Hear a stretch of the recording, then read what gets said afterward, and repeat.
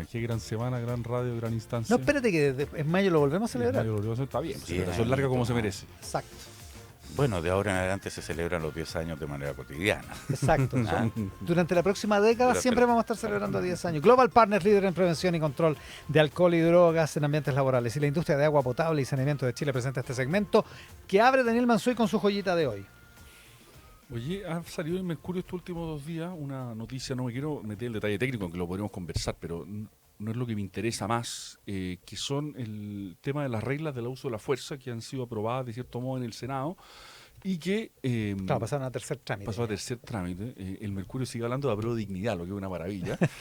Pero el Mercurio dice que apruebo de dignidad exigió un veto, lo que es verdad porque son parlamentarios del Partido Comunista del Frente Amplio. Lo que pasa es que la coalición como tal, apruebo de dignidad, parece que ya no existe. Perfil Aparentemente no existe, ¿no? y me quería detener en esto. Este gobierno lleva 3 años y 2 meses, 3 años y 2 meses más o menos, sí, y todavía no es capaz de aprobar unas reglas de uso de la fuerza, que es de las cuestiones fundamentales para poder darle seguridad a la fuerza pública. ¿Cuáles son las reglas bajo las cuales las fuerzas, digamos, que ejercen el monopolio de la fuerza que le damos nosotros, digamos, que le damos los ciudadanos al Estado, que es uno de los grandes puntos ciegos que tuvo a Apruebo Dignidad el Frente Amplio y el Partido Comunista cuando llegaron al poder, que se nos ha dicho en repetidas ocasiones que ahora sí se han tomado la seguridad en serio, y si es que el veto que ellos están pidiendo el gobierno lo usa, esto va a demorar y dilatar muchísimo el trámite de esta ley, y por tanto podría ser que este gobierno en 4 años no logre sacar unas reglas del uso de la fuerza, y yo me pregunto cuál va a ser su actitud si son oposición en el próximo gobierno para legislar este tema. Sabiendo que la demanda por seguridad es una demanda que va a seguir ahí por mucho tiempo, lamentablemente, y que por ¿Dónde tanto están las objeciones? las objeciones están respecto al principio de gradualidad y el principio de proporcionalidad, que fueron aprobados en la comisión del Senado, si mal no recuerdo, porque el detalle técnico se me puede ir, de un modo en que los parlamentarios de Apruebo de Dignidad no les gusta. Aquí han sido los más duros con ello, en todo caso no son de la derecha, son parlamentarios del socialismo democrático, son los que le han dado más duro, el senador Araya. Pero me llama la atención el problema conceptual y político, ¿no? De decir, oye, tenemos que poner un acuerdo en reglas de uso de la fuerza, son fundamentales para que los uniformados sientan respaldo político, que en 3 años y 2 meses este gobierno no ha sido capaz de hacerlo porque no ha sido capaz de ordenar a sus propias bancadas. Yo creo que esta es una de las pruebas, no es la única, pero es una de las pruebas de fuego cuando quieran decir en campaña, digamos, en pocas semanas más, que nos hemos convencido de que la seguridad es una demanda importante, haber aprobado o haberse puesto de acuerdo en esto. Y por lo que yo veo, el tipo de declaraciones que trae el Mercurio, los parlamentarios de socialismo democrático, me huele que va a ser un tema de las primarias. Por la agresividad que tienen los parlamentarios PPD-PS respecto a los parlamentarios Frente Amplio y Comunista por esta demanda de veto. Efectivamente puede ser, Pato. Mire, yo me pierdo en el detalle de en qué está la discusión, ¿eh? Pero ocasionalmente he agarrado hilos de la discusión. Por ejemplo, cuando se habla de la proporcionalidad. Y lo único que puedo decir, sin saber lo que se está discutiendo en la ley, sin saber lo que se está defendiendo, atacando, es que a veces me parece de una bobería algunos niveles de esa discusión que me sorprende. ¿Y a qué me refiero? Doy por descontado yo de que cuando se habla de proporcionalidad de la fuerza, no se está diciendo, como he escuchado que se discute a veces en los foros, de que la policía o la fuerza pública tenga que tener el mismo nivel de uso de fuerza que el delincuente. Pero es que uno lo ha escuchado así, porque es bastante evidente, de sentido común básico y de grado 1, de que efectivamente el solo hecho de que el Estado tiene, digamos, la posesión de la fuerza, habla de que para controlar y poner orden tiene más fuerza que el delincuente. Ahora, lo que de repente se salta es que cuando se habla de proporcionalidad de la fuerza es que efectivamente un carterista, si es reprimido con un bombardeo aéreo, Una bazuca. con una bazuca, estamos ante una cuestión que algún tipo de regulación requiere, digamos. No puedo decir mucho más en la discusión porque por eso te pregunto con mucho interés, Sí, obvio. ¿de dónde estarán? Yo intuyo que una de las discusiones tiene que ver exactamente con esto, porque la proporcionalidad se puede entender, pero aquí si alguien nos ayuda en el WhatsApp colaboraría tanto mejor, porque esto es bien técnico, pero si es que la fuerza pública debe usar el piso inmediatamente superior a lo que está usando el delincuente o el antisocial, por decirlo así, pero eso te obliga, si el tipo anda con una Honda, digamos, a andar con una Honda 2.0, o si bien tú puedes subirte varios pisos respecto de lo que tengas, digamos. A mí, yo intuyo que por ahí va la discusión y que para a prueba de dignidad es muy importante que el principio de proporcionalidad mantenga una secuencia que esté muy escalonada. Lo que suena bien en principio, pero no siempre es posible. No. Ese es el problema. Ese es el No, problema. no. Esa parte del problema. Recordemos la primera iteración de estas reglas de uso de la Efectivamente, fuerza, digamos. Que efectivamente. había que considerar poco más o menos que si había perritos. Ahora, No, yo- porque yo- además hay un cambio, esto sabemos y hemos vivido. Hay un cambio social. Hay un cambio social, cultural. Que Por es eso que bastante más allá evidente. del detalle técnico, yo creo que hay que hacerse cargo de que esto hay que aprobarlo en la medida en que tengamos un consenso y hay que generar las condiciones para ese consenso. Y yo creo que el gobierno va a pagar un costo muy caro si no es capaz de generarlo en sus propias bancadas. Ahora, Por eso- el gobierno con el socialismo democrático está listo. Sí, sus Porque- problemas porque son sus están todos parlamentarios. los votos, pero una parte de sus parlamentarios. Una parte de sus parlamentarios de O los sea, los votos para el tercer trámite están y Lo- para la mixta probablemente también. digamos. No, si los tiene de más, porque la derecha va a votar esto Y también. si el gobierno le pone la urgencia Claro. y hace funcionar la mixta, Claro. la va a hacer, Sin digamos, la duda. va a sacar. La pregunta es si es que va a aceptar la solicitud de sus propios parlamentarios de vetar la ley. Lo que, Poco probable siendo Luis Cordero el ministro de Seguridad. Es digamos. O verdad. sea, sería un problema para el ministro. Sí, digamos. un problema para el que, ministro. lo que yo creo que además es un tema súper interesante e importante a considerar en esto de las proporcionalidades es que donde cambiaron mucho los estándares es en el uso de la fuerza en la delincuencia. Entonces, lo que hoy día uno está viendo no tiene nada que ver con lo que veíamos. Y eso yo creo que puede ser que a algunos les resulte todavía difícil asimilarlo bien. O sea, de hecho, Ah, yo creo que el cuando- problema más bien es de orden público. ¿ah? Quiero No es decir de que delincuencia, no es No, un pero problema de portonazo o Claro. del atentado en la central Rocal, güey. bueno, pero quiero decir que en Condorito el carabinero andaba con una luma que la daba vuelta, Bueno, de digamos. hecho, cuando tú hablas con gente vinculada al mundo carabinero, te dicen que hasta hace pocos años ocurría algo, llegaba el carabinero y la cosa se ordenaba naturalmente, así que el Al carabinero tiro. era mucho.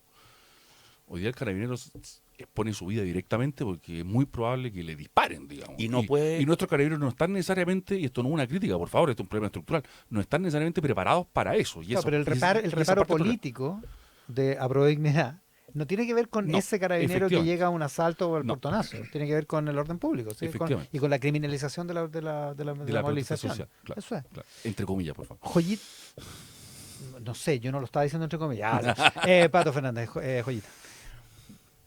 No sé si han comentado acá, pero está aconteciendo ahora en Colombia un escándalo y un revuelo mayor, porque quien era el canciller colombiano hasta hace muy poco rato atrás, hasta el año 2023, Álvaro Leiva, escribió una carta donde, entre otras cosas, habla de los problemas de drogadicción del presidente Gustavo Petro.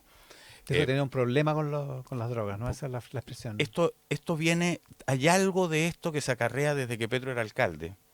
Hace aproximadamente un año atrás, la periodista María Jimena Duzán puso este tema sobre la mesa, porque además el asunto no es de consumo de drogas blandas ni ocasional, sino que estamos hablando de drogas bien duras y de desapariciones por días. Y esta vez Álvaro Leiva, que dejó de ser canciller el año 2023 porque terminó teniendo una sanción de la Procuraduría por un tema de unos pasaportes que inhabilitó una licitación porque había solo un postulante, en fin, da lo mismo. Dice que fue a un viaje a París, él participó en un viaje a París con el presidente Petro y el presidente Petro se desapareció durante más de 2 días ¿En otro país? en París. No te creo. Claro, entonces, que estando allá, que él además siente la incomodidad de no haber hecho más, de quizás no haberlo atendido, incluso ante la necesidad, porque esto ha dado pie a varios debates de distinto orden, que es lo que voy a Desapareció decir. 2 días en París. Sí. Siendo Y- presidente. Siendo presidente. Y entonces Mira, Álvaro Leiva, Esto está interesante. Álvaro Cada vez Leiva, más interesante. mira, Álvaro Leiva, canciller, de hecho en esta carta dice que sí, que tendría que ser muy inocente, o que es muy inocente el presidente Petro de pensar que los órganos de seguridad franceses iban a desconocer dónde estaba metido. Sí, hay un Bueno, buen punto. él dice que fue a ver a su hija que vive en París y que por eso quiso tener, por eso es que el de las explicaciones que ha dado posteriormente a esta denuncia por adicción, él dice que es adicto al amor y que se desapareció por su mujer, pero las otras versiones hablan más bien de cabaret y de desbordes y de desbandes más o menos significativos. Esto adopía varios tipos, o sea, hay varios temas que han puesto con esta historia. A mí se me ocurren harto. O sea, hay varios. Hay quienes, por ejemplo, en su primera carta donde hablaba de esto, en una columna, María Jimena Duzán habla como con mucha comprensión del tema de la adicción, que es un tema que además en Colombia y incluso nosotros podríamos ver, merece ser considerado como una enfermedad y no como un pecado. De manera tal que le dice, presidente, esto merece ser atendido, cuidado, etcétera. O sea, no es farrero de mierda, no, sino que, porque dicho sea de paso, lo interesante, según todos los testimonios que a uno le ha tocado recoger en esto, no es que hace una grande, no son fiestas, No son unos bacanales, digamos. ni son fiestas particularmente divertidas. Muchas veces son encierros en un hotel durante 3 días, que se desaparece, o sea, es de ese tipo como viene enfermo. Todo lo que estáis describiendo lo inhabilita para ser presidente de Bueno, un país, digamos. esa es una parte bien fundamental de esto, porque además no solo viene siendo ya parte como muy tratada en esto sus desapariciones permanentes, que en algunos medios como La Silla Vacía hablaban que de Petro se sabía hasta miércoles o jueves, y ya de ahí hasta el fin de semana no había más noticias, y la cantidad de, efectivamente, de eventos en los que el presidente no llega en Chile y en Colombia y en el extranjero son múltiples, digamos. Si trabaja hasta el miércoles. Bueno, no, es que eso no, Sí, eso pero te falta algo. bueno, ese era el tema. No, estamos aquí un viernes en la mañana nosotros. No, decía que el miércoles se sabía de él hasta tal hora, el jueves hasta tal hora, era como cosas, Semana de 3 días y medio laborales. comentarios No, así. increíble. Pero Es que yo imagina- leí solo la primera parte Yo- de que había esta declaración y yo todo, pero también. no Y sabía esto es tanto detalle. Y esto es una historia que se arrastra de hace rato, o sea, se habla de las fiestas con travesti, no sé, bueno, en fin, cosas por el estilo. En gustos no hay nada escrito, digamos.